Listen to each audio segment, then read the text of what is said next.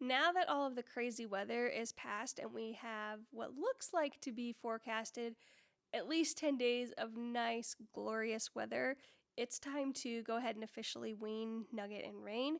This is something that always stresses me out a little bit just because horses being horses, things can go wrong and they can get hurt. However, these two are older. They are about 11 months old, and that is twice the age that most foals are when they get weaned. And being that they're older, the mares have already started to naturally self-wean them off.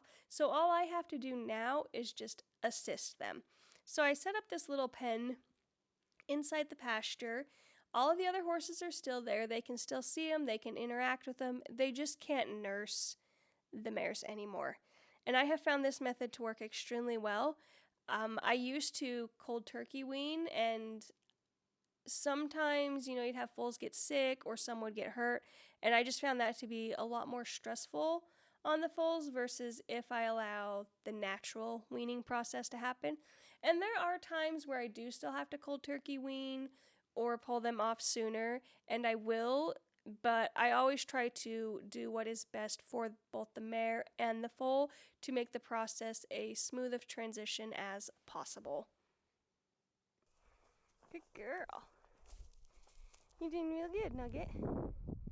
Should I take you to get some grass?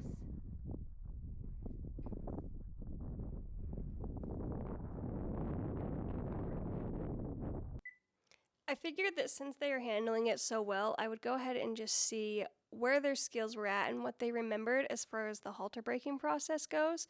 I've been halter breaking them just out in the open, not in a tiny little pen or anything, and Nugget has been extremely easy to handle and to work with.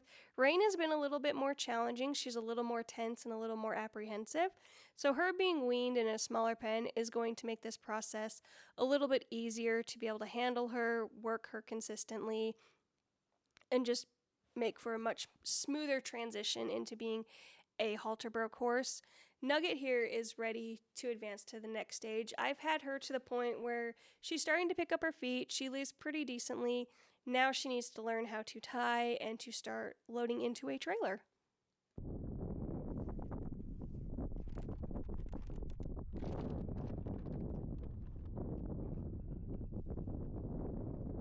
Here, you want to try a treat?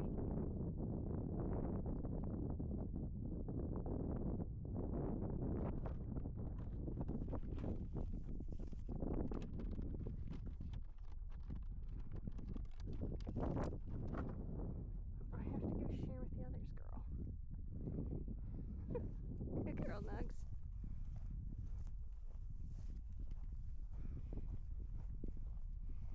Here you go, Layla. Good girl. You want to try another?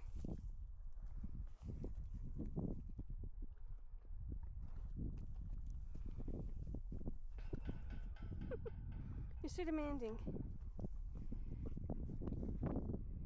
girl. Okay, come on.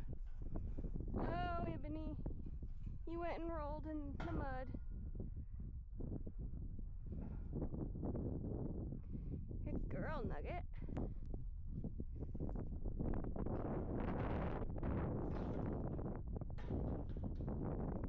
Good girl. Hey, hey. No.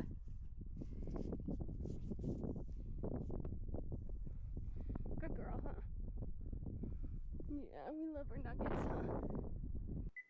It's now time to go ahead and work with Rain, and you're going to see that she's just not as easy. I mean, she's not terrible, but she doesn't take things as well as Nugget does, and Nugget is going to be her typical self and just kind of insert herself into places where she shouldn't be, because Nugget being Nugget, she loves attention.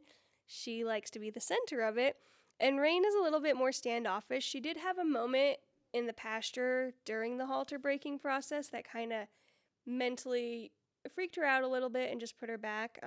She'd gotten loose and the rope had been attached to her, and it just kind of scared her. So I've had to take it slower with her, take her back a few steps, and work with her. And you'll see Nugget, I was able to just walk up to her, put the halter on. Rain here is a lot more jumpy, just a little bit more tense. I do manage to eventually get it on her, but you can just see that she's holding a lot more tension in herself. She does relax a little bit throughout the whole process, but with Nugget, where I was leading her out, I'm not going to do that with Rain.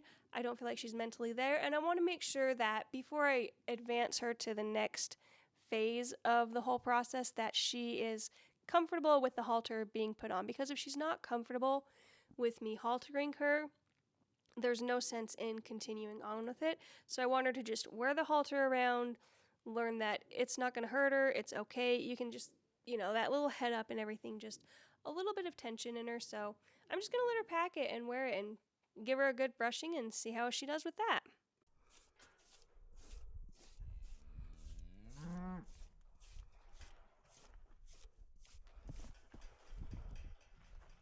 You're good.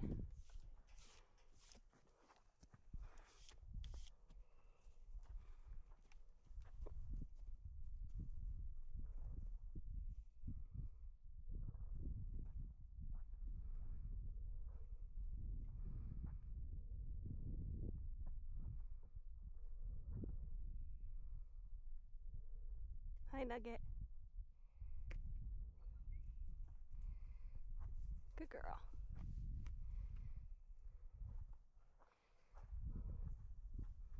Okay, little pony.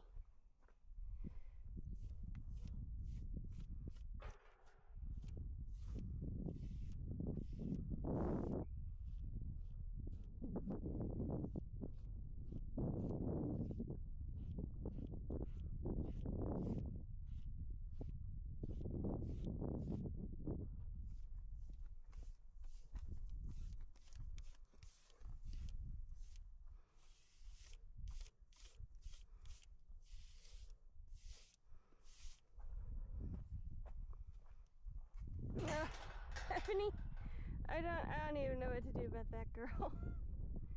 Oh, Ebs. You are a muddy mess. Hi, Nugget. Hi. Hey, little Rain. A good girl. Nugget.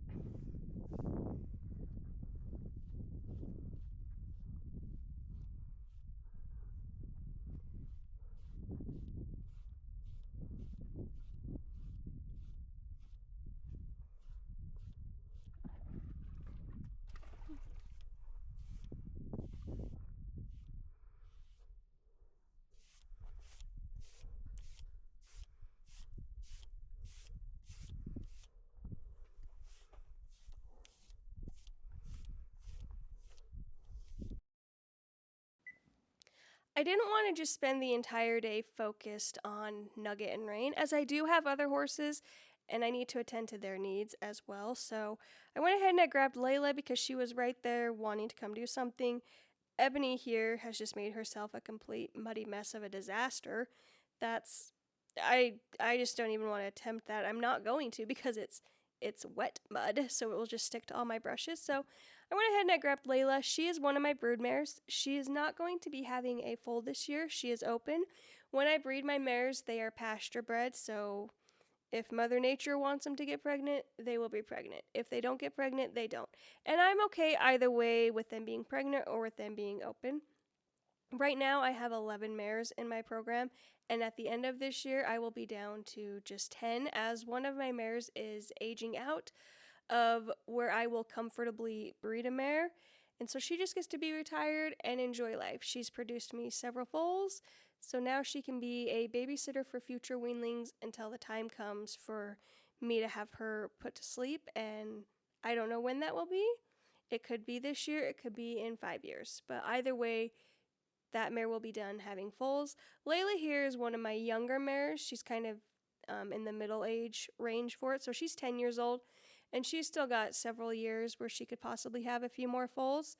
I don't know per se how many more foals I would like her to have, but I do know once she hits 20, she's absolutely done. So I just want to go ahead, give her a good brushing because I do like my mares to be handled, and that's something that they are not used to. Up until a few years ago, these mares were all range mares. And now that a previous partnership has been dissolved, it's time for them to be kind of at my expectations of what I expect for broodmares, and a lot of them have a long ways to come with it. Some of them weren't halter broke, and to me, that's just, I can't have that anymore. I want halter broke mares. I want to be able to handle them. I want to be able to, groom them, do their feet, be able to take them to the vet if I need to. So for me, having range bred broodmares is not something I am interested in pursuing ever again. I have a list of requirements that mares need to meet in order to enter my program. However, luckily, I'm also starting to retain some of my own foals as potential broodmare prospects, so I can kind of control the whole process from birth clear through the rest of their life. And that's something that I really enjoy, that aspect of it. I know that there's oftentimes you'll see on the internet breeders kind of get a bad rep to a degree. However, I just want to say that if it wasn't for breeders, I never would have had any of the horses in my life. My first horse, if someone hadn't bred her, I wouldn't have had her, and she was the absolute perfect first horse for me to have. So while I do think there's a lot of things that could be changed in regard to breeding horses in general, I don't think that it's necessarily a bad thing. I would just like to see some improvements to make it more ethical, I guess is what the word I'm looking for. I know I still have a lot of improvement to do, and that's something that I'm hoping to showcase here on my channel, is for people to see what I'm kind of starting with and then how I improve and progress the program, because that's something that a lot of people don't showcase, and I think that's going to be really exciting to just follow and see. I was very apprehensive to kind of allow so much of this to be visible, but this is what I do on a day-to-day basis, and I absolutely love my horses, and I want to be able to share that with other people. I want other people to have the opportunity to enjoy them. If they don't have horses, I want them to be able to enjoy what it's like having horses, what it's like raising horses. Yes, it sucks when I have to sell them, but I figure I could either be working other horses and having to see them sold, or I can create my own that fill a need that I see kind of lacking in the equestrian community. I'm not breeding for top of the line horses.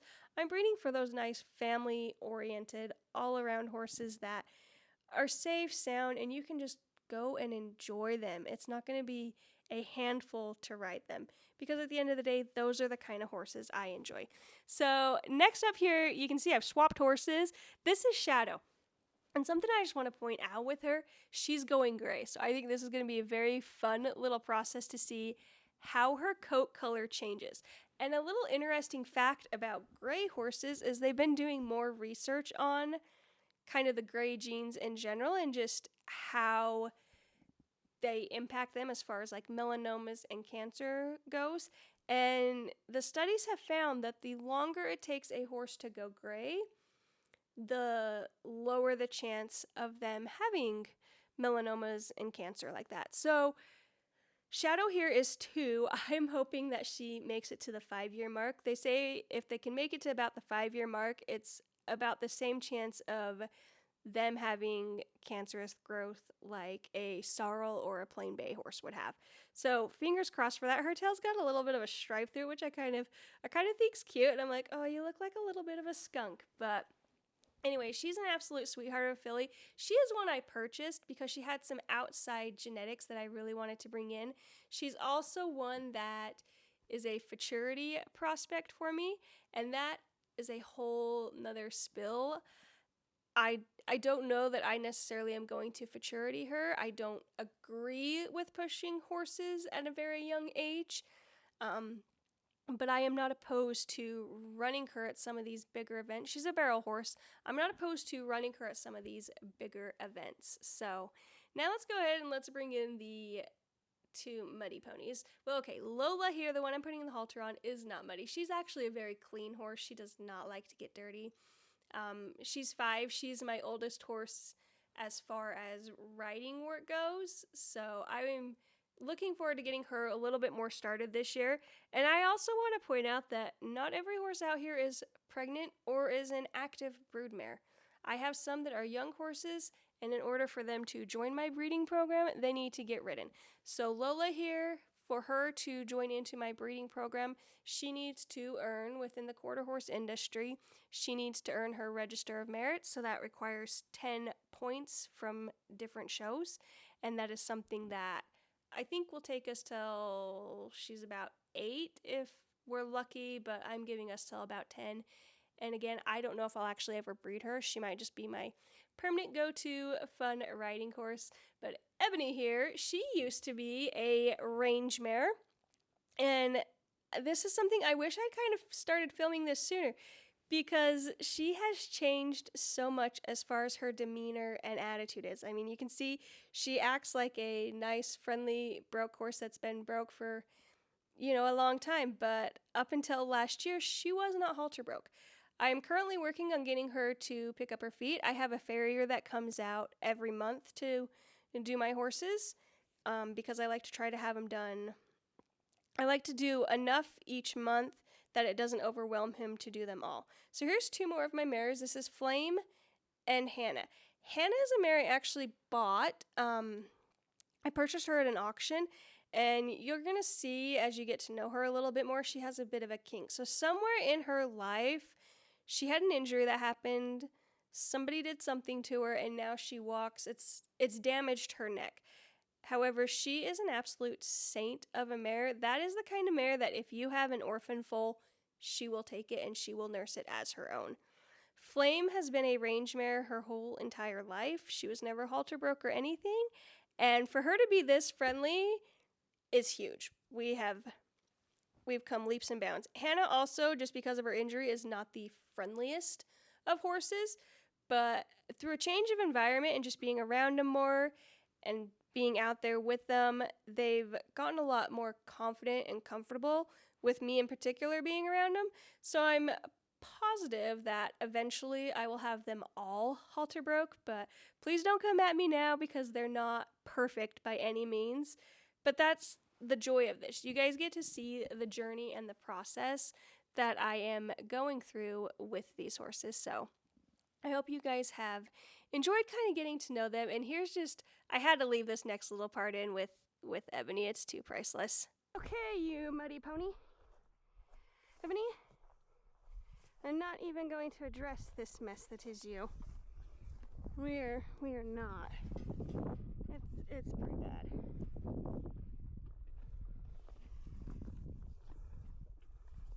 Yeah, you went and found some mud. Alright. Come on. Watch out, Lola.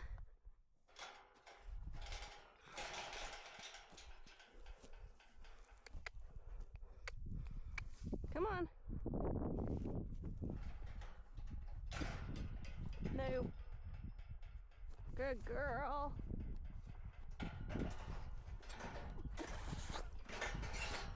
You two. Naughty, naughty, naughties. Naughty, naughties. You need to not get so dirty.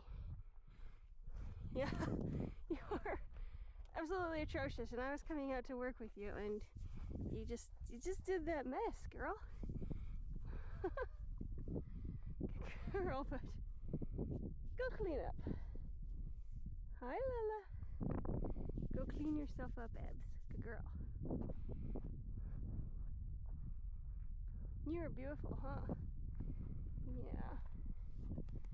Good girls. Yes. We're coming to work with you to get you ready for the farrier. Huh. Because Lola got done.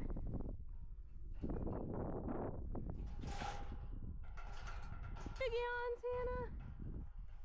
Big yawns. Alright, girls.